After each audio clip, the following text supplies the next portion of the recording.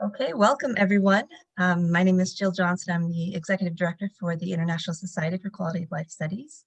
We are thrilled today to have, and I didn't even ask you how to pronounce your name, and I'm probably going to butcher it. So can you pronounce it for me? Konietzny. Konietzny, okay. Robin Konietzny. Thank you so much, sorry about that, for joining us today. And from the University, is it Groningen? Is that how you pronounce that as well? Okay. To present trade and job insecurity, the two sides of import exposure. This is an ISQOLS webinar that we make available free to the public, so thank you for joining us. We hope that you consider after joining us as a member, as we do have many different benefits, and we'll send you those details after the webinar. We'll be posting the recording of this session as well as all of the documents on our member forum, and those are accessible only to our current members, so hope you consider it. We also hope that you consider joining us for our upcoming conference if you haven't already registered. That is coming up August 23rd through the 27th. We have over 250 presentations, 5 lectures, a full week of wonderful activities, all related to quality of life, well-being, and happiness. So do consider joining us. Then I'm going to go ahead and turn it over to Robin in a moment. Just want to remind everyone this is being recorded. Please save your questions to the end. We'll have a time for questions and answers at the end. Feel free to use that chat bar if you have any concerns or questions while we're progressing. And then we'll address those at the very end. So that being said, Robin, I'll go ahead and turn this over to you. Yeah, thank you, Jill. Thank you for providing me with this opportunity. I'm looking forward to the discussion afterwards, and I welcome also the questions in between. If you put them into the chat box, then we discuss them afterwards, and I will act as a reminder. Today, I will be talking about a paper called Trade and Job Insecurity, the two sides of import exposure. It's the first project of my PhD, and I'm working it together with my two supervisors, Milena Nikolova and Bart Loss. Both are also in my department, the Department of Global Economics and Management at the University of Groningen.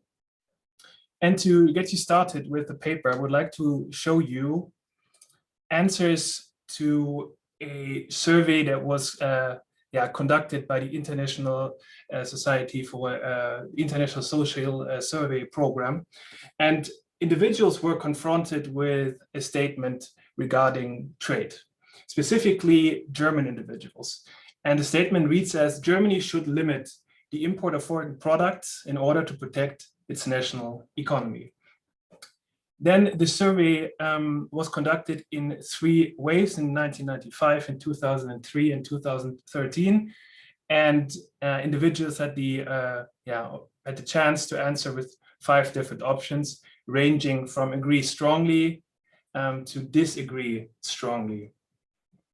And what I did, I differentiated for each year their answer shares by bigger occupational groups that range from managers, so something that is typically considered rather high-skilled and highly specialized, to elementary occupations that are relatively less specialized usually. And what surprised me, what struck me when I looked at the data first is that, okay, I expected most people to not call for limitation of imports because specifically for Germany, the benefits of trade are quite prominent, and it's usually discussed in the media that Germany is exporting a lot, that it's really better off participating in global trade. But what the data then showed to me over here, and I have to underline that non-representative sample, is that, well, apparently not everybody is agreeing with it. And of course, we're not talking about exporting here, we're talking about importing, but importing, of course, being a big part of trade. And usually the firms that export a lot also take a lot of imports, especially using intermediate imports like parts and components that they use in their process. So it's still surprising that there was such a high share of individuals agreeing with the statement and calling for protection. Then at the same time, it also stands out that there seems to be quite a bit of variation across different occupations. And of course, it does not hold across the board, but for most of the relatively highly skilled occupations, there is a rather low share of individuals that really agree strongly with the statement, so they are more pro-trade. And on the other hand, you have the relatively less skilled individuals that are working in these occupations, and they seem to be more in favor of a protection. And then I was starting to think about, okay, why is that the case? Now, looking at trade, we know that trade effects are economically significant, heterogeneous, and multifaceted. So according to theory, at least, trade generates economic prosperity for all the countries that are involved.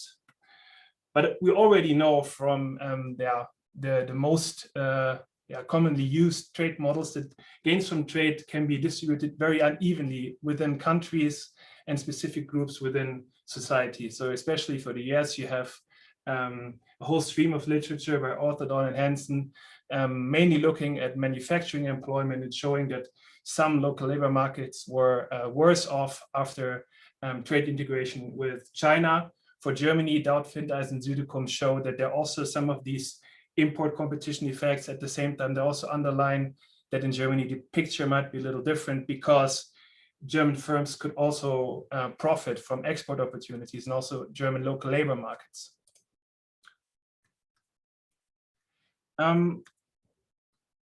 So while the majority of people in both developing and developed countries believe that trade is good for society, many are skeptical about its benefits for jobs and wages. So this is reflected in the data that I showed on the first slide.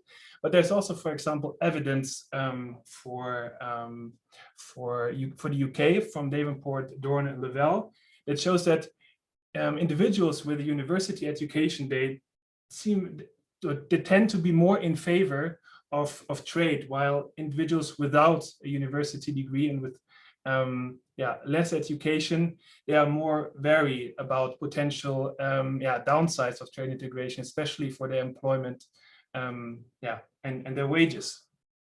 In addition, there's more and more evidence that shows that these anti-trade sentiments have also shaped political outcomes that are believed not to be the interest of the median voter. Again, author and co-authors, they show that there's a connection between trade integration or import competition and political polarization. There's also evidence for Europe by Colantone and Stanek and by Dippel, so that there's a connection between trade and how people then vote, whether they're going more for the political extremes. And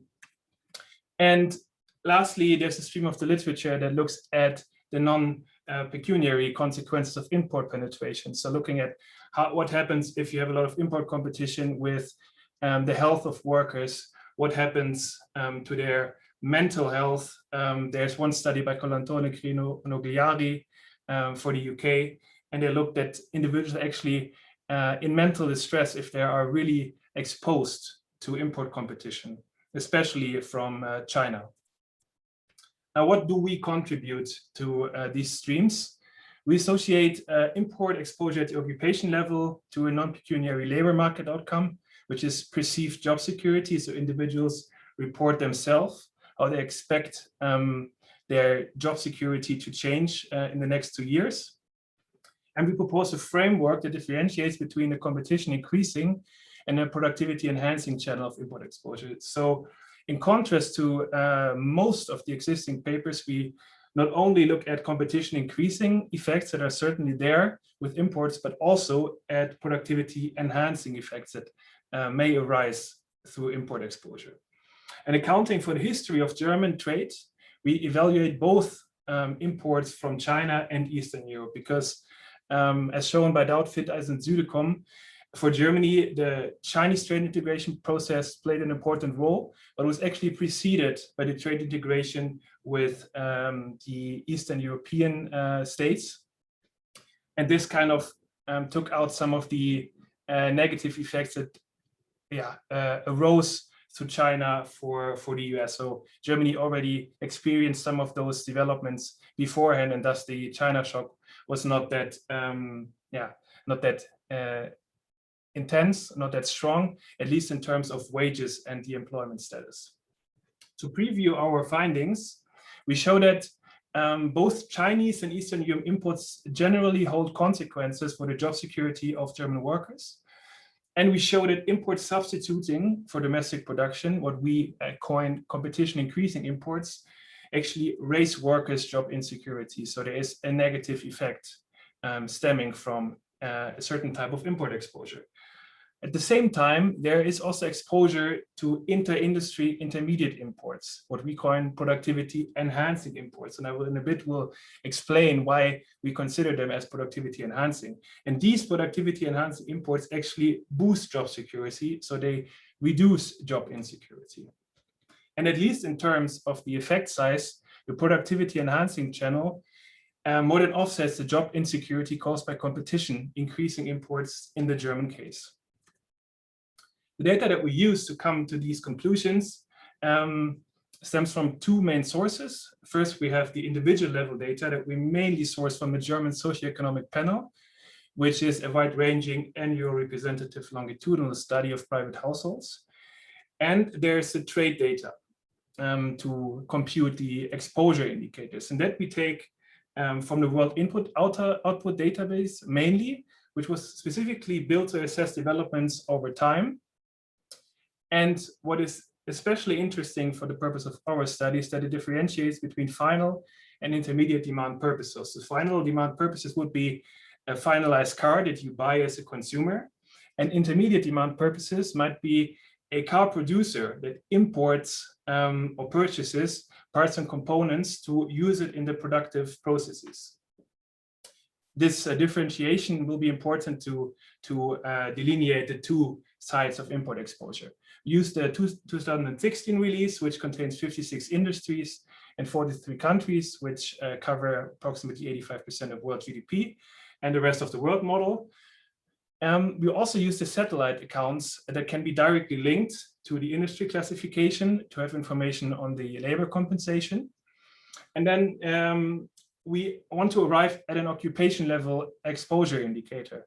And to do that, we compute first exposure at the industry level, but then we transform it into an occupation level exposure by using information on the occupation shares within industries.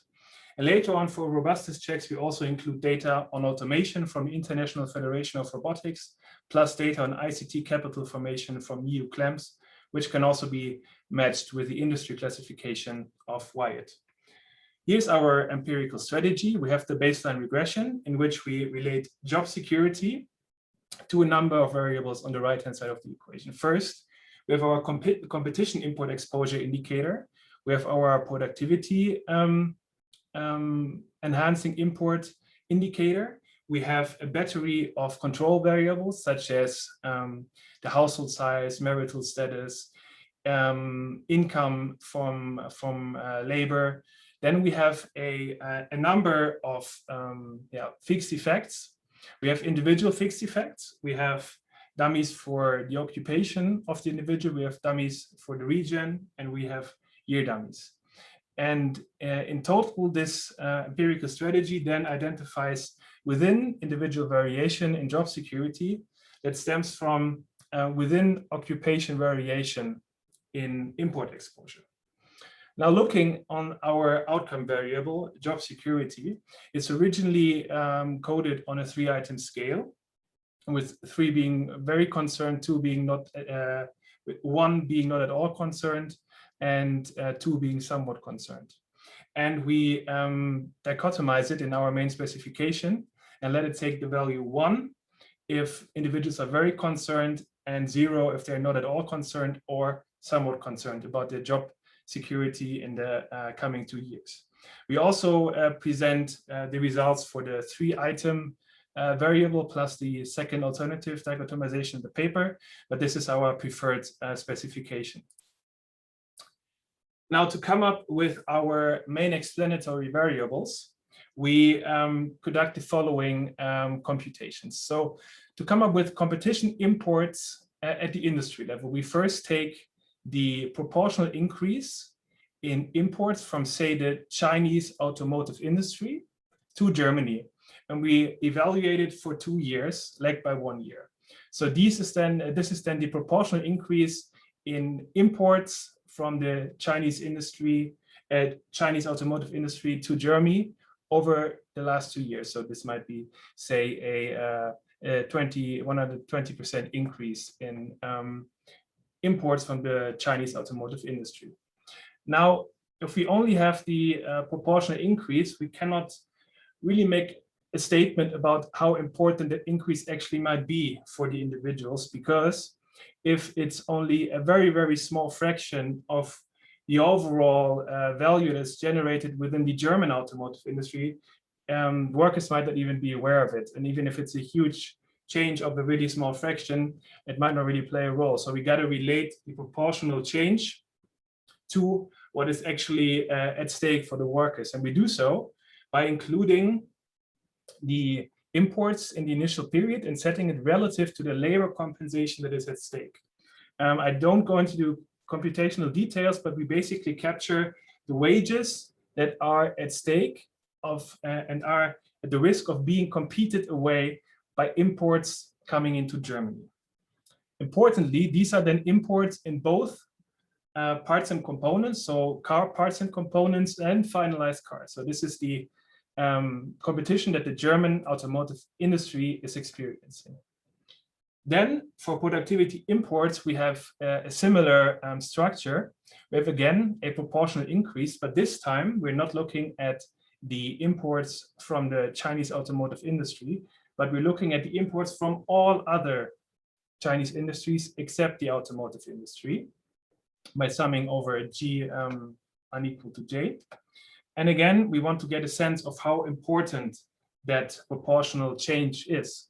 So this time we want to basically correct for the relative importance of these imports in the overall mix of imports. So we take the German automotive industry and take a look at what they're using to produce their output, their cars, and then see if what the Chinese industries are contributing is a large fraction or not, compared to all other inputs that the German automotive industry is using.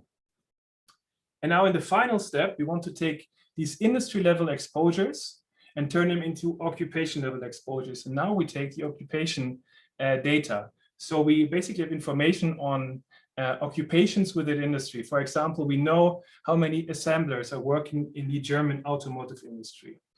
And then using this formula, the L over here would then tell us how many assemblers are working in the German automotive industry and divide that by all assemblers that are working in the German economy. And then we take the exposure measure for the German automotive industry and attribute a part of this industry level exposure to the occupation of assemblers. And by doing this across all industries, by taking the industry level exposures and attributing them to occupations, we then end up with an occupation level measure.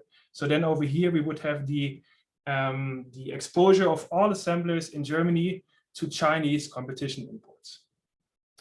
Then we are concerned about some unobserved domestic shocks that could lead to endogeneity in our model. So for example, what if there's a positive demand shock in Germany?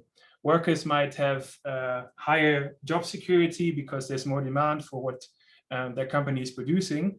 And at the same time, the company would import more products from China because it just needs it for its productive processes. So both imports would increase while also job security increases. And that would lead to a correlation that we would identify in our model, but actually we are then not identifying what is caused by the Chinese imports, but this is all coming up through the domestic shock. So we want to isolate the effect that is actually stemming from Chinese imports. And we do so by instrumenting our import exposure measure. And what we do, we take still Chinese trade flows, but not the Chinese exports to Germany, but Chinese exports to other high-income countries. And we argue that the change in these imports is then due to the conditions in China. So for example, if there's a productivity shock in China, and China can produce cheaper exports, and is also exporting the products then this is actually causing the changes in the exports that we see going to other countries. And by taking a group of other high-income countries, we basically capturing the variation that should also affect the situation in Germany. So this is basically a strategy that was pioneered by Orthodon and Hansen and also applied to Germany by Daut, Findeisen, and Südekom.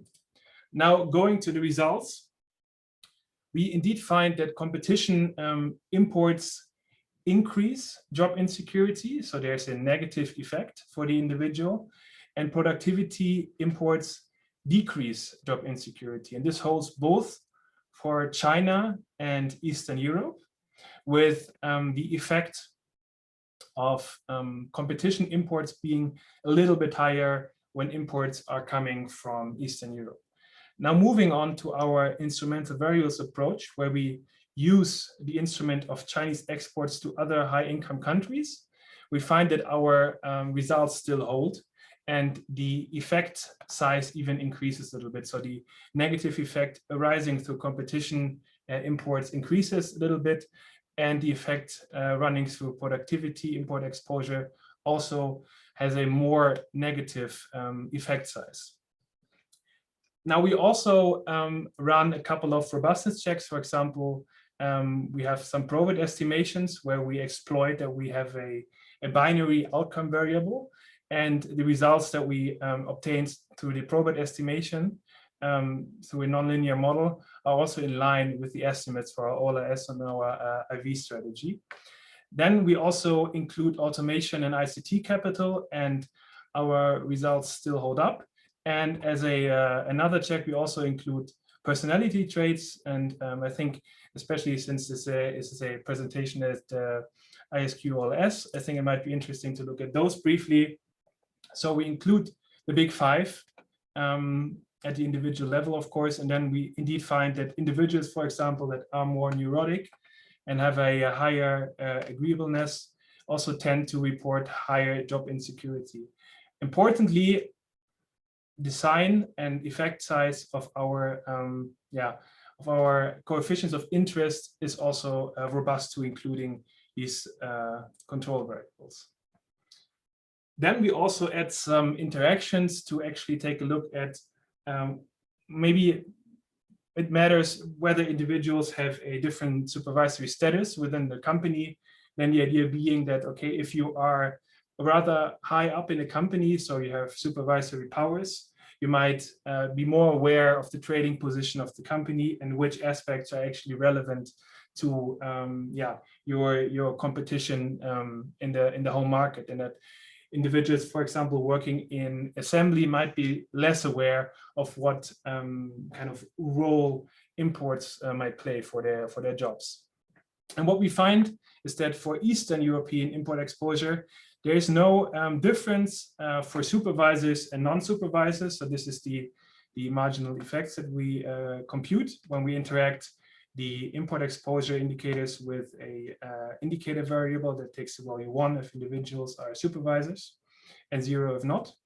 And for China, there does seem to be a difference between supervisors and non-supervisors, but only for productivity imports. So the job insecurity decreasing effect of productivity imports from China is more evident for individuals in supervisory positions. Another heterogeneity check we do is that we interact import exposure with educational levels. And there also seems to be a pattern that, the most educated individuals seem to realize that the competition effects should result in an increase in their job insecurity when they evaluate their future employment status, and that the productivity effect, the productivity in enhancing effect of imports is actually beneficial for their jobs. And this effect is clearly visible for the range of education levels over here in China, for Chinese imports, and for Eastern Europe. There's also a pattern, even though not all of the interval estimates exclude the 0, so we cannot make a statement, a strong statement about all of these interactions. And to conclude, we basically show that import shocks are multifaceted and can both diminish and enhance workers' well-being, and especially the productivity enhancing effect that we suggest is novel in the literature. It is also empirically important to distinguish between different trading partners, especially when it comes to non-pecuniary aspects of employment. So individuals, for example, may be more afraid of Chinese imports because they hear about it in the media all the time. And then Eastern European imports might be perceived differently, even though we do not find evidence in our estimates over here that there's actually a huge difference in the perceptions. But at the same time, knowing that the European trade integration process preceded the Chinese trade integration process with Germany, it was interesting to look at both cases because they usually also differentiated for German trade papers that evaluate the German situation. Then we know that workers form a perception of trade's social and cultural repercussions that goes beyond its material consequences. So there is evidence in our estimates that individuals actually realize that, for example, productivity enhancing imports do play a positive role when it comes to their employment prospects in the future. The one study that I mentioned in the beginning, the Davenport study, they actually say they don't have evidence that individuals actually evaluate their perception through the lens of their occupation, but they also conclude that it's highly likely that individuals factor that in when they evaluate exposure to foreign trade partners. And in future extensions, we might include a more rigorous trade and task framework. So actually looking at what are individuals doing. So which parts of their occupation can, for example, easily be offshored or easily be automated.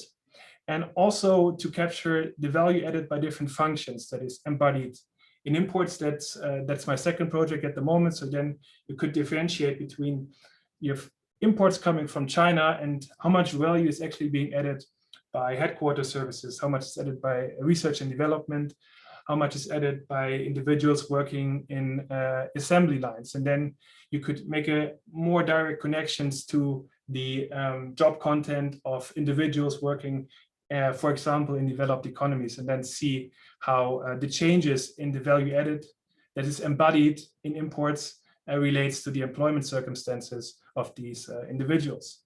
And with that, I would like to end my talk. And I'm looking forward to your questions, and hopefully we have a fruitful discussion.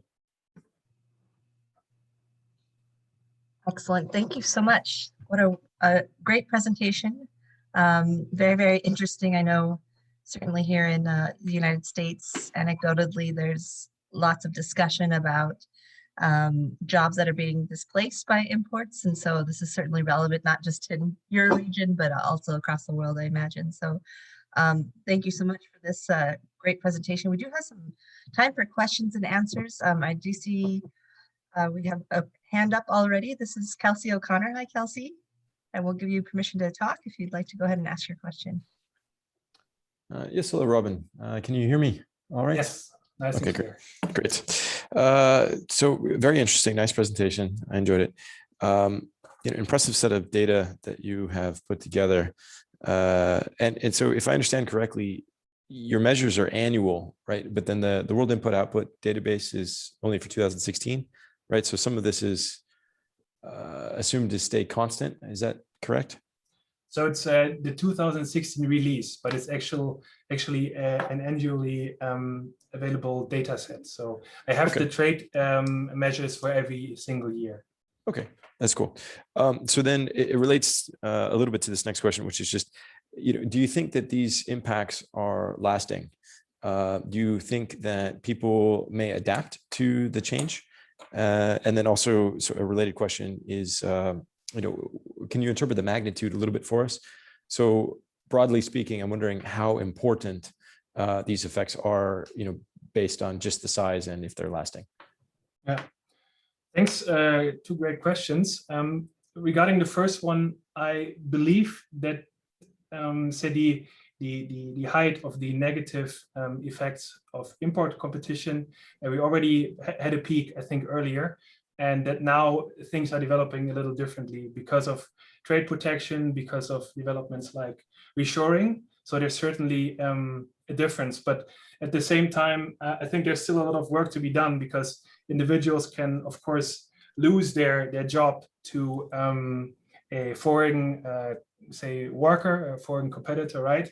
But losing it to a robot is actually what's happening in most cases, right? It's just easier to blame the foreign competitors. So it's certainly interesting to see what will happen if workers become more aware of the large fraction that's, of employment losses in certain occupations that's actually caused by automation and by technological change. And regarding your second question, indeed, the effect size is not that large. We compared it to the year effects that we identified using the year dummies, and the effect sizes are roughly 80% of the effect size of the most, say, negative year that individuals had regarding their job insecurity. And what we think also causes the rather small estimates is that we have, we have 4 dimensions of fixed effects. And well, for this type of measure, perceived job security, there's not a lot of variation over time, right? So if you took like a single year and then look at what's happening over there across different occupations, then there's a lot of variation. But if you look at within individual change in job insecurity, there's not a lot of variation that we can actually explain. So this is a little bit an explanation for the rather small effect sizes. And what might still be an interesting exercise is to trying to put it into pecuniary terms, right? But then it's a little, I think, not that easy to find a number that you can put to those changes.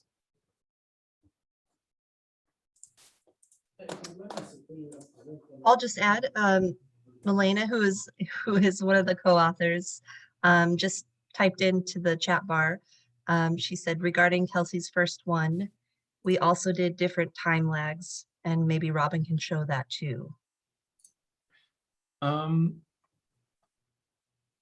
I do have many additional slides regarding the robustness checks, but I don't think I have the time lags in here, unfortunately. But what we find is that if we use longer time lags, so we have then a exposure that goes over 5 years, then the effects that we identify, they vanish, right? So if you take longer periods, then for example, over 5 years, then there's no more significant coefficient that we can identify for competition or productivity inputs. Okay, thanks. I didn't realize I was still able to speak, actually. So nice response. That's helpful. So then I guess potentially you might draw or not draw policy implications, but rather than for me to continue for the moment, I'll leave the floor open if others have questions. So thank you very much. Thank you. Thanks, Kelsey. Any other questions? You can either raise your hand or simply type it into the chat bar. And if Kelsey, there aren't any other questions, feel free to build upon your questions. No problem. We have plenty of time here. Okay, well then, so you might argue if the effect size is small and it's not very lasting, that there's not much of an impact at all. And so you could, I wonder what your policy implications, if you were to derive any from this analysis, what they might be. Yeah, policy implications. I think what might be especially interesting is focusing a little more on the productivity enhancing aspect of imports, and to put that a little more into the light and underline the positive things that happen through, for example, a broader variety of intermediate inputs and cheaper intermediate inputs. Because especially if you look at the US, I think there's a lot of focus on the import competition part of trade integration, but there are many companies and industries that benefit a lot from cheaper inputs that they are using.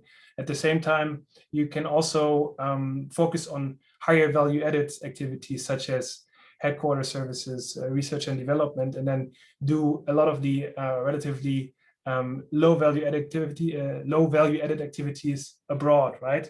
And I find that there's a little bit of a mismatch between the attention that both sides of import exposure get. So I might advise the individuals that are concerned with policies to also talk a little bit more about how these intermediate imports actually benefit the domestic economy and the domestic worker. Yeah, that makes sense.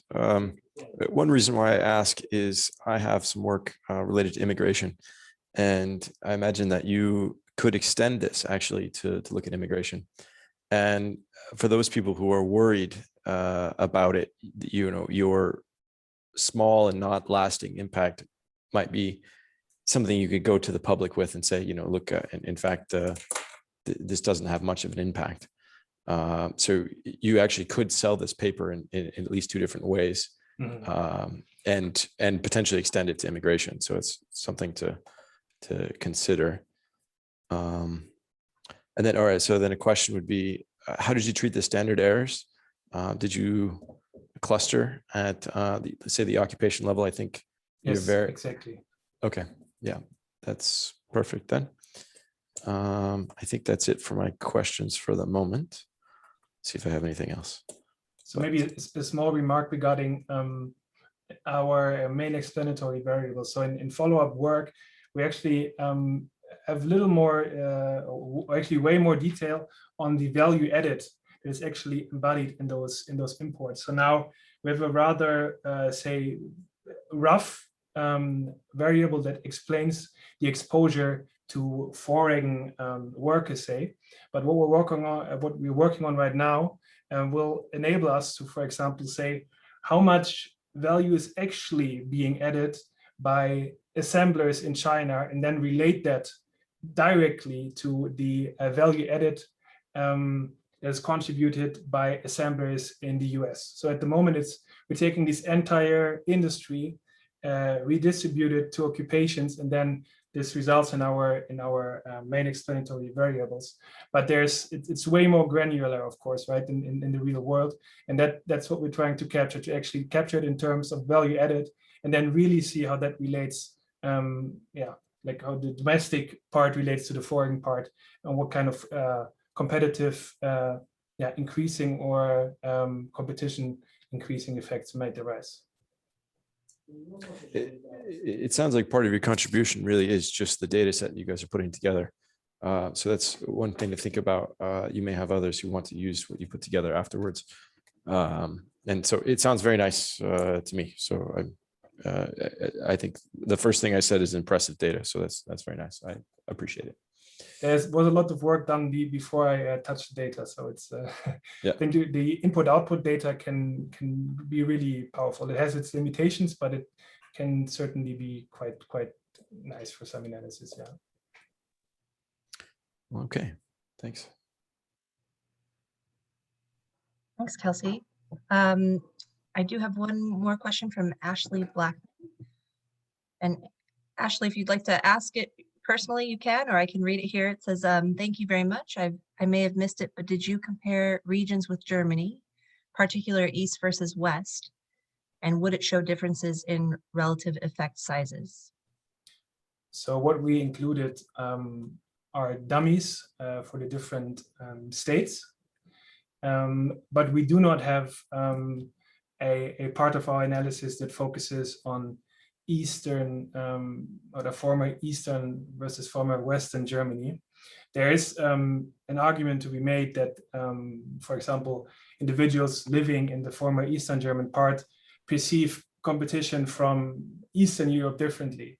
But like our paper is certainly related to that question, East versus West, but we argue that it's not something that is central to our analysis. So what we really want to point out in this paper is looking at how do imports lead to two types of effects, and not how does it then differ across regions in Germany, but really focusing on occupations. So it's something we could do, but we haven't done the like Eastern versus Western Bloc analysis. So thank you for the explanation, but I guess the reason why I was asking the question was Eastern Germany is relatively less industrialized than Western Germany. Am I not right? Is that not correct? Yeah, like certainly that's the true statement. Yeah. And since Eastern Germany is less industrialized, whether they would perceive the relative effects of productivity and competition differently than the industrial West Germany, where you may perceive the competition, the angst over competition might be greater. They'd also have paradoxically the productivity gain as well. That's certainly an argument that you can make, but our paper also wants to abstract a little bit from the local labor market and regional perspective of the Orthodon and Hansen literature, and really promote these occupation level measures. And they follow a little bit the notion that if you're in a specific occupation, it might be easy as an assembler to go from the east to the west to search for work over there in a Western German plant, right? But it might not be easy as an assembler to go from assembly work to research and development work, right? That's why we have these occupation level measures, that individuals might be mobile across regions in Germany, but it's not that easy for them to actually switch occupations. And for some occupations, it's easier to switch, but say going from the extreme of really basic elementary occupations to managers, there's certainly some barriers in between the steps, right? And this is why we really focus on the occupation level exposure and less on the regional approach. Does that answer a little bit your question?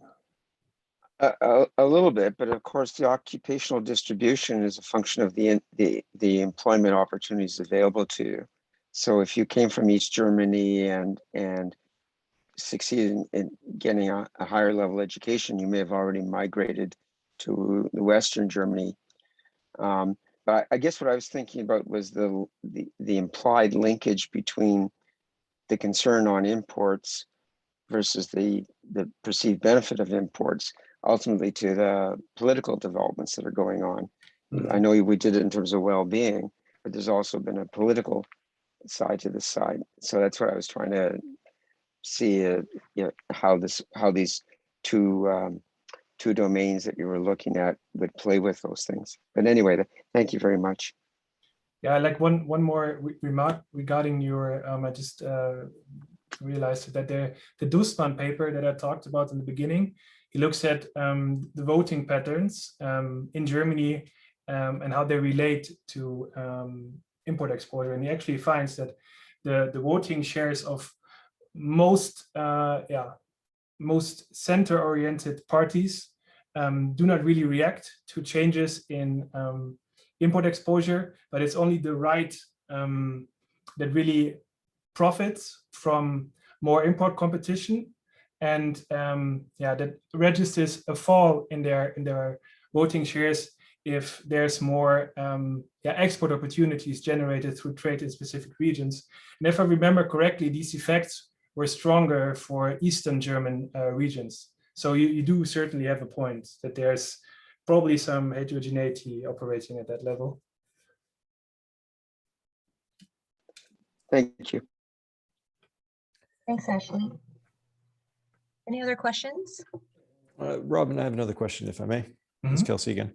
Can you remind us what the time period you were doing this over? It's 2000 to 2014, and it's mainly dictated by the availability of the wide data set. What I'm thinking is you might have some variation over time that would be consistent with theory. So there's a change in media representation of, trade, as well as, I think the refugee crisis partially getting started in 2011. So you might have some changes over this period that would be consistent, which I think would be interesting to look at. Not a necessary extension, but it might really help you with selling the outputs. And then I'm wondering about your IV stats. I think you showed us some, but I don't know if how well your F-stat works. If you have 2 IVs and you're able to do an over-identification test or any of that information. So if you have that, maybe that would be helpful to show us. Yeah, thanks. Excellent comments and remarks. So regarding the media coverage, we actually tried to find a variable that captures in some way the media consumption of the individual.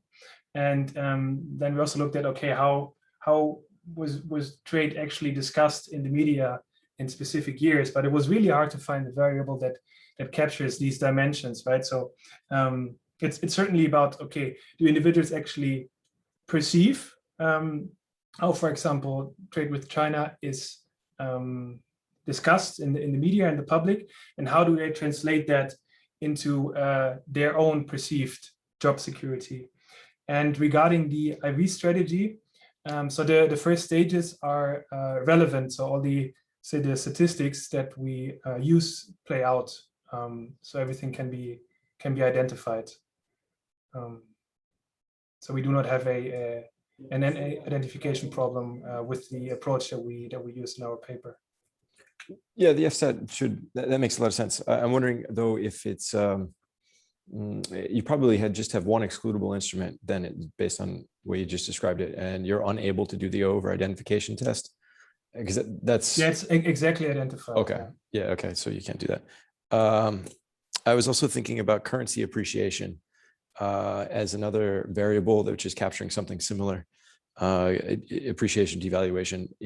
Obviously Germany is forming a big part of the EU, but it's not the only part, right? So you could have relative valuation changes that could influence imports and exports.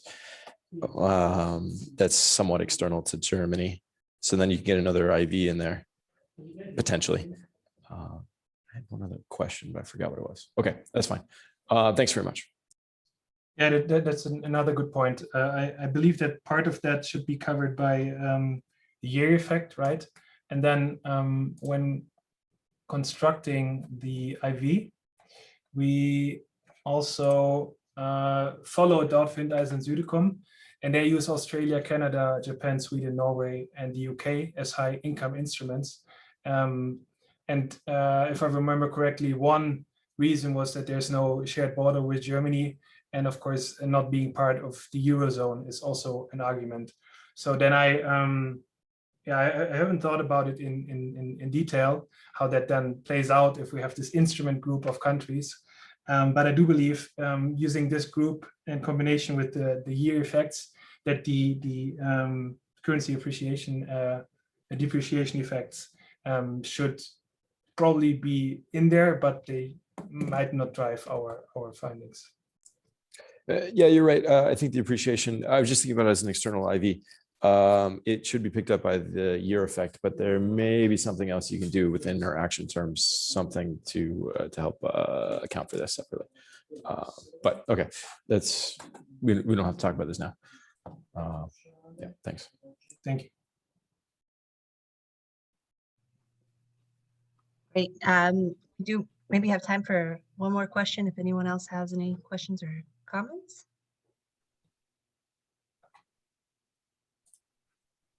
And just a reminder, if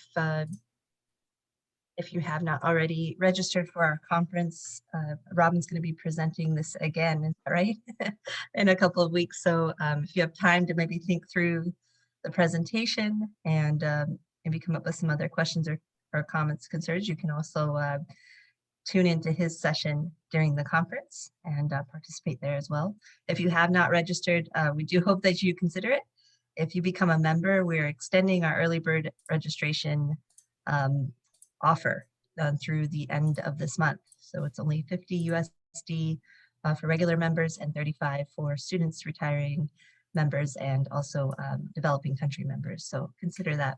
But Robin, thank you so much for a fantastic presentation and an excellent discussion. Thank you for everyone for chiming in at the end there.